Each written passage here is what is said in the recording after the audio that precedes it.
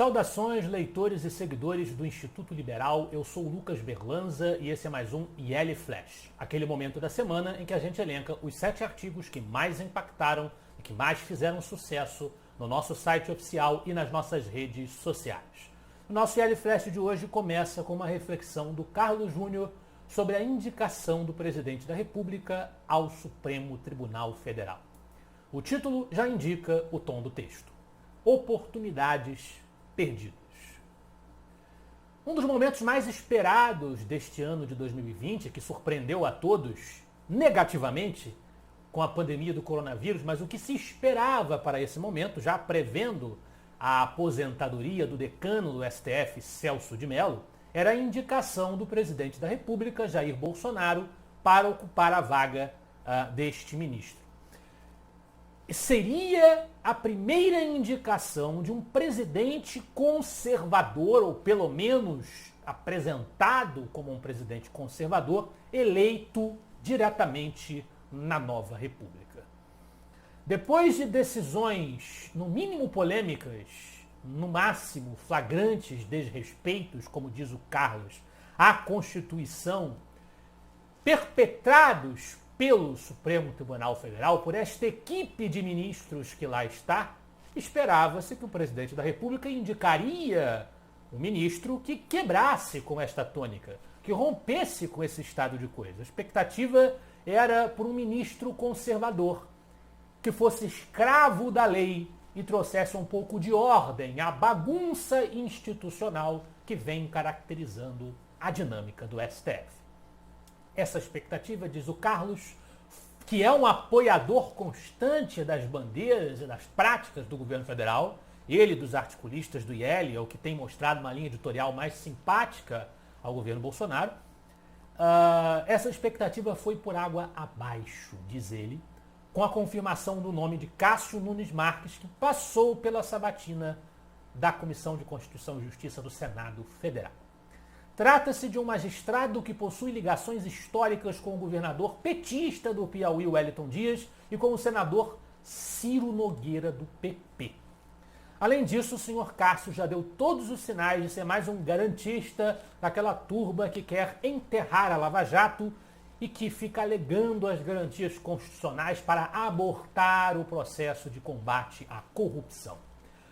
No entendimento de Carlos Júnior, a nomeação de Cássio Nunes Marques foi um péssimo passo do presidente da República, um péssimo passo para o Brasil, porque vamos ter que aguentá-lo lá por quase 3 décadas, e foi uma traição ao eleitorado de 2018.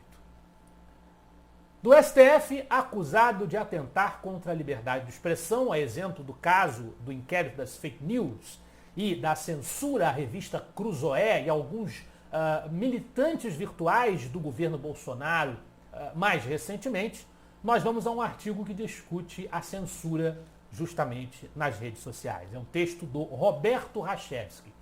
Você que acha que as redes sociais violam a liberdade de expressão? O autor, no seu artigo, Rachevski, vem defender o direito privado dos proprietários do espaço, no caso, os proprietários da rede social, que teriam o direito de apagar o que quisessem, na opinião dele, e que, em nome do direito de propriedade privada, dispõe dessa prerrogativa.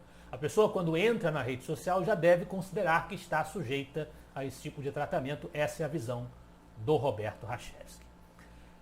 Agora, voltando ao tema da indicação no STF de Cássio Nunes Marques, nós temos um artigo de um defensor público de Santa Catarina, o Sérgio de Mello, com uma visão menos crítica que a visão do Carlos Júnior.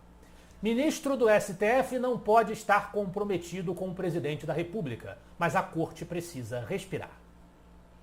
Na visão do Sérgio de Mello, o indicado para a Defensoria-Geral da República pelo presidente Bolsonaro também gerou críticas, e o resultado teria sido, na visão dele, positivo no trabalho desse indicado. Portanto, ele sugere que se deva aguardar o comportamento de Cássio Nunes Marques à frente do posto de ministro do Supremo Tribunal Federal. Pessoalmente, eu estou mais afinado, devo dizer, com a crítica do Carlos Júnior no seu artigo. Mas o texto do Sérgio Renato tem um ponto que se destaca independentemente da opinião de cada um sobre o indicado do presidente Bolsonaro, que é a ideia de que o Supremo precisa de oxigenação. O ministro que for indicado deve julgar, embora ele reconheça no texto que isso é, em termos absolutos, querer fingir que não há nada, nenhum interesse político por trás das questões, das decisões, seria ingenuidade, seria querer viver num mundo da carochinha, num mundo de fantasia.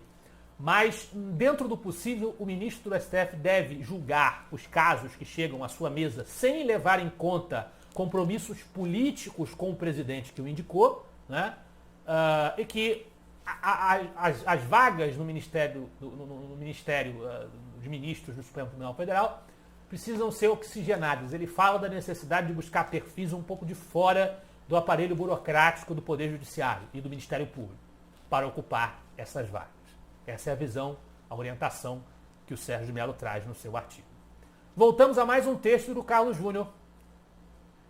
O risco de americanização do liberalismo brasileiro, parte final. É uma conclusão da série em que ele vem criticando o que ele considera perspectivas prejudiciais ao liberalismo brasileiro, no sentido de se assemelhar a uma tendência mais intervencionista ou mais à esquerda, a exemplo dos chamados liberals americanos. Ele aqui basicamente conclui essa série, alguns capítulos da série entraram nos IL Flashes passados, ele aqui conclui dizendo que o objetivo dele é provocar um debate maduro sobre a questão. Aqui, uma teoria, mas com muita aplicação prática no artigo do Francisco Machado, do Instituto Líderes do Amanhã. Desconfie de quem não arrisca a própria pele.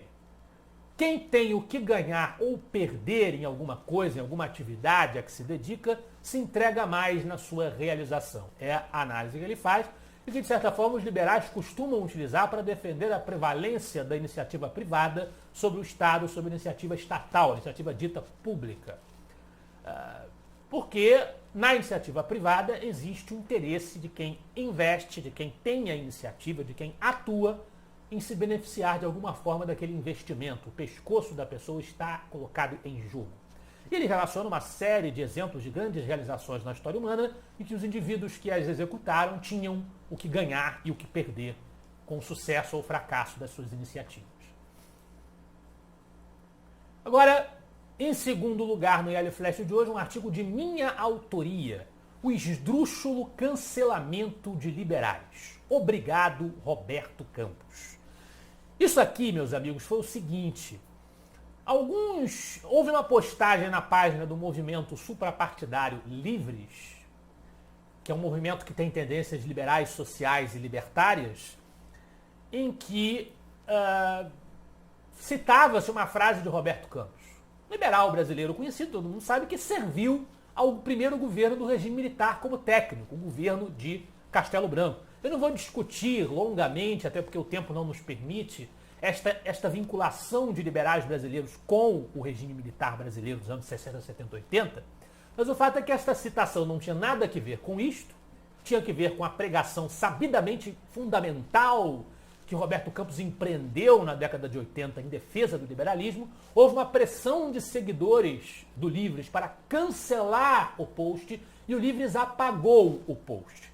Depois, algumas figuras do movimento disseram que foi um erro, que reconheciam o erro, mas não foi nota oficial da página do movimento coisíssima nenhuma e o post não foi reposto. De maneira que a crítica permanece a mesma. E aí eu me pergunto no artigo, será que Hayek vai ser cancelado porque disse numa entrevista depois de visitar o Chile de Pinochet que talvez às vezes uma ditadura possa ser necessária? Então, por causa de um comentário que a gente pode discutir, um comentário polêmico, um comentário historicamente contextualizado, a gente vai descartar o caminho da servidão da literatura liberal? Locke defendeu a escravidão, a gente vai abandonar um dos prólogos do liberalismo? O próprio Melchior, que o movimento Livres costuma elogiar, trabalhou também no regime militar, sua carreira diplomática começou no regime militar e ele trabalhou na assessoria da Casa Civil do governo Figueiredo, o último governo do ciclo de governos militares. Vamos cancelar Melchior também por causa disso? Então, meu artigo é uma crítica a essa postura e um libelo contra o cancelamento entre os liberais. Deixem isso para as esquerdas. Deixem isso longe de nós. Finalmente, um texto do João Luiz Mauad, que faz um registro de fatos, comparações com a realidade, a realidade entre dois países latino-americanos, um registro de fatos, no seu artigo A Argentina exporta talento e capital. Basicamente, o governo peronista de Alberto Fernandes, que está causando um desastre socioeconômico na Argentina, onde quer que essa esquerda ligada ali ao Foro de São Paulo assume o poder, a gente sabe que o caminho é desastroso, taxando os ricos, o que vem afastando as pessoas mais afortunadas, com mais recursos financeiros, e que são mão de obra qualificada, vem forçando essas pessoas a saírem da Argentina, e quem está recepcionando em boa medida, numa grande onda de migração, esses trabalhadores qualificados e essas pessoas qualificadas, é o Uruguai, que tem agora um governo liberal, um governo da direita uruguaia. É um recado que mostra claramente onde está a vantagem, onde está o caminho para a prosperidade de uma nação. Esse foi o nosso GL Flash de hoje. Eu espero que vocês gostem dos artigos e dos debates que o Instituto Liberal proporciona. Semana que vem estaremos de volta. Afinal de contas, para nós, você é a parte mais importante da sociedade. Até a próxima.